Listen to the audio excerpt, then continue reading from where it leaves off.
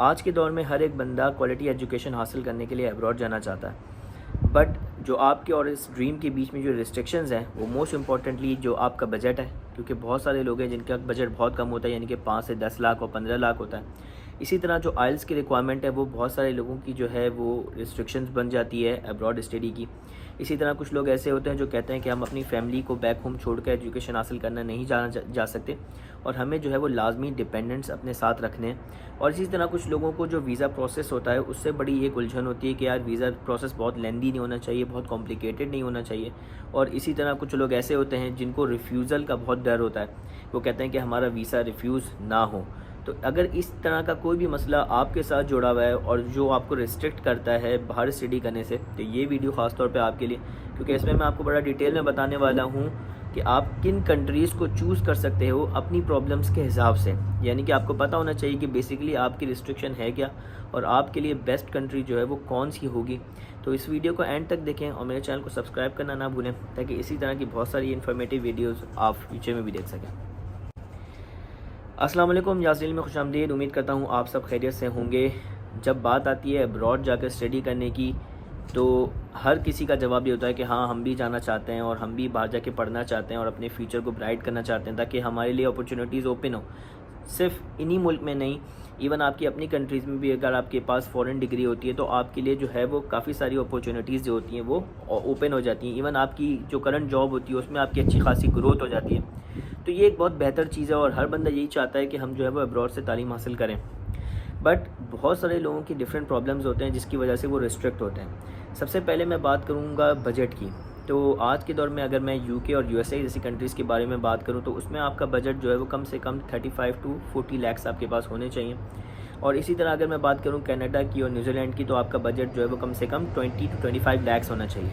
लेकिन क्या अगर आपका बजट सिर्फ 15 लाख है या 10 लाख है, इवन 7 लाख है, तो क्या आप किसी कंट्री में जा सकते हैं? हाँ, बिल्कुल जा सकते हैं। हम आज आपको बताने वाले हैं यूरोप के बारे में। यूरोप भाइयों बेसिकली कोई एक कंट्री नहीं है, ये एक पूरा एक प्रॉपर कॉन्टिनेंट है जिसके अंदर मोर देन 28 कंट्रीज़ जो हैं वो इस वक्त आती हैं और इसके अंदर डिफरेंट अपॉर्चुनिटीज़ जो हैं वो मौजूद हैं स्टूडेंट्स के लिए।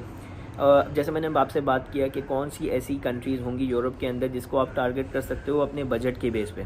तो आप जो है वो ऐसे में जर्मनी जा सकते हो जहाँ पे आपको पता है फ्री एजुकेशन है। इसी तरह आप साइप्रस जा सकते हो जहाँ पर जो है वो फीसेस जो हैं वो बहुत ज़्यादा लो हैं कंपेरेटिवली फ्रॉम अदर कंट्रीज़।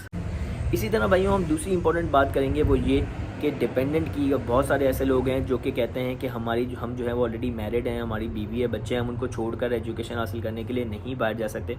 अब आज के दौर में जैसे आपको पता है कि डिपेंडेंट्स जो हैं वो ऑलमोस्ट तमाम कंट्रीज़ ने, मेजर कंट्रीज़ ने जो है वो बंद कर दिए हैं। अगर मैं यूके की बात करूँ, यूएसए की बात करूँ, चाहे फिर मैं कनाडा की बात करूँ, इन्होंने स्टूडेंट्स के ऊपर जो है वो डिपेंडेंट्स जो है वो बंद कर दिए हैं। तो ऐसे के अंदर आपके पास क्या ऑप्शंस बच जाते हैं? अब इसमें आप जो है वो फिनलैंड जा सकते हैं, आप डेनमार्क जा सकते हैं। ये ऐसी कंट्रीज़ हैं जो कि अभी भी स्टडी वीज़ा के ऊपर जो है वो डिपेंडेंट्स जो है वो अलाउ करती हैं। यानी कि आप स्टूडेंट वीज़ा जब आपको मिलेगा नॉर्मली, तो उसके साथ आप अपने डिपेंडेंट्स को भी कैरी कर सकते हो और वहाँ जा सकते हो जहाँ से आपकी ये प्रॉब्लम जो है वो बआसानी हल हो जाएगी। ठीक है ना। अब तीसरी इंपॉर्टेंट बात करते हैं वो है लैंग्वेज बैरियर की, जो कि आपको पता है कि आइल्स एक बहुत ही बड़ा मसला है। इसी तरह बहुत सारी और जो है वो कंट्रीज़ हैं जिनमें इनके अपने लैंग्वेज की जो है वो सर्टिफिकेशंस होती हैं, जो कि लोगों के लिए करना बहुत मुश्किल होती है। तो लोग चाहते हैं कि पीटीई के बेस के ऊपर जो है वो जो कंप्यूटराइज असेसमेंट होता है उसके बेस के ऊपर जो है वो उनको एडमिशन मिल जाए, जो कि इन कंट्रीज़ में करंटली मौजूद है। जिनमें आपको मैं बताऊँ तो साइप्रस आता है, इसके साथ जो है वो जर्मनी है, इसके साथ आपकी फिनलैंड है, ठीक है, और नॉर्वे है, जहाँ पर जो है वो पीटीई अब जो है वो एक्सेप्टेबल है। इसी के साथ एमओआई भी ये कंट्रीज़ जो है वो एक्सेप्ट करती हैं, यानी कि मीडियम ऑफ इंस्ट्रक्शंस। अब ये मीडियम ऑफ इंस्ट्रक्शन होता क्या है बेसिकली?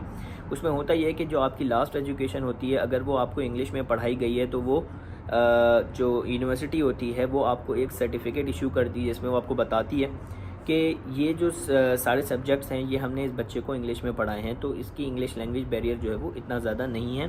तो ये एमओआई का सर्टिफिकेट भी बहुत सारी कंट्रीज़ में जो है वो एक्सेप्टेबल है, जिनका मैंने आपको नाम बताया। इवन डेनमार्क, नॉर्वे और फिनलैंड में भी ये एक्सेप्टेबल है। तो ये हो गई बहुत ही इंपॉर्टेंट बात। अब बात कर लेते हैं वीज़ा रिफ्यूज़ल की, जो कि एक बहुत बड़ा कंसर्न है लोगों के लिए, क्योंकि लोग चाहते हैं कि हमारा वीज़ा रिफ्यूज़ ना हो। तो भाइयों अगर मैं ओवरऑल बात करूं तो यूरोप की कंट्रीज़ के अंदर जो स्टडी वीज़ा के ऊपर जो रिफ्यूज़ल है वो बहुत कम है। यानी कि अगर मैं आपसे सक्सेस रेट की बात करूं तो ऑलमोस्ट 80 to 90% जो है वो ओवरऑल सक्सेस रेट है। और अगर स्पेसिफ़िकली किसी कंट्रीज़ की बात करूं जैसे कि साइप्रस और जर्मनी की मैं अगर स्पेसिफ़िकली बात करूं, यहाँ पर जो वीज़ा सक्सेस रेट है वो 100% है। एज़ लॉन्ग एज़ आप कोई वीज़ा फ़ाइल करते वक्त कोई मेजर मिस्टेक अगर आप नहीं करते तो आपका जो वीज़ा सक्सेस रेट है वो ऑलमोस्ट 100% है। यानी कि 100% ये श्योरिटी है कि वो आपको वीज़ा लाजमी देंगे, ठीक है ना। तो ये हो गई भाइयों वीज़ा सक्सेस की बात। And now last but not the least हम बात कर लेते हैं वीज़ा एप्लीकेशन प्रोसेस की, जो कि एक बहुत बड़ा कंसर्न है। तो मैं आपको ये बताऊं कि as compare to other countries like USA, UK, जहाँ पर एक बहुत ही लेंदी प्रोसेस होता है वीज़ा का, स्टडी वीज़ा हासिल करने का, as compare to this Europe में ये प्रोसेस बहुत आसान है, बहुत ईजी है और बहुत जल्दी आपको जो है वो यूनिवर्सिटीज़ रिस्पॉन्ड कर देती हैं और साथ साथ आपका प्रोसेस भी हो जाता है। बट स्टिल आई रिकमेंड कि आप जो है वो लाजमी किसी कंसल्टेंट को जो है आप रेफ़र करें, आप किसी कंसल्टेंट से अपना काम करवाएं लाजमी यूरोप की वीज़े के लिए। उसकी वजह यह है कि इसमें आपका रिफ्यूज़ल के जो चांसेस होते हैं वो बिल्कुल कम हो जाते हैं। यानी कि 99% आपको श्योरिटी होता है कि आपका वीज़ा लग जाएगा। एज़ कम्पेयर टू दिस जब आप अपना वीज़ा फ़ाइल खुद से करते हैं तो उसमें चांसेस ये होते हैं कि आप कोई ना कोई गलती कर देते हैं या कोई ना कोई ऐसा डॉक्यूमेंट आप मिस करते हैं जिसकी वजह से आपका प्रोसेस लेंदी हो जाता है या फिर रिफ्यूज़ल के चांसेस भी थोड़े से हो जाते हैं। तो मेरी रिकमेंडेशन ये है कि you always should go for the consultant, specially जब आप यूरोप में वीज़ा अप्लाई कर रहे हो, स्टडी वीज़ा। तो भाइयों ये थी सारी डिस्कशन आज की, जिसमें मैंने 5 पॉइंट्स जो हैं वो बेसिकली आपको गिनवाए हैं कि अगर आप इन प्रॉब्लम्स की वजह से आप रिस्ट्रिक्ट हो रहे हैं स्टडी अब्रॉड में, तो ये आपके लिए जो है वो कंट्रीज़ जो है वो इस वक्त आज के दौर में आइडियल हैं। आप इनको चूज़ कर सकते हैं और इसी तरह जो है वो आप आ सकते हैं इन कंट्रीज़ में और आला तालीम हासिल कर सकते हैं।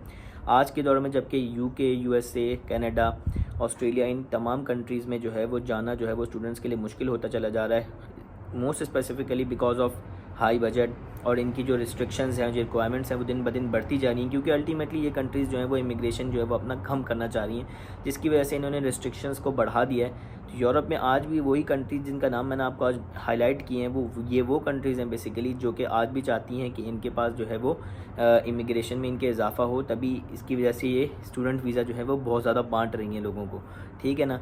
तो यही थी आज की इन्फॉर्मेटिव वीडियो। होप करता हूँ कि आपके लिए ये बहुत ज़्यादा हेल्पफुल होगी, फ़ायदेमंद होगी। और अगर आप कोई और आपका कंसर्न है जिसमें मैं आपको हेल्प कर सकता हूँ, मेरा कमेंट बॉक्स ओपन है, लाजमी सवाल पूछिए, मैं कोशिश करूँगा एज़ सून एज़ पॉसिबल आपको जवाब दे सकूँ।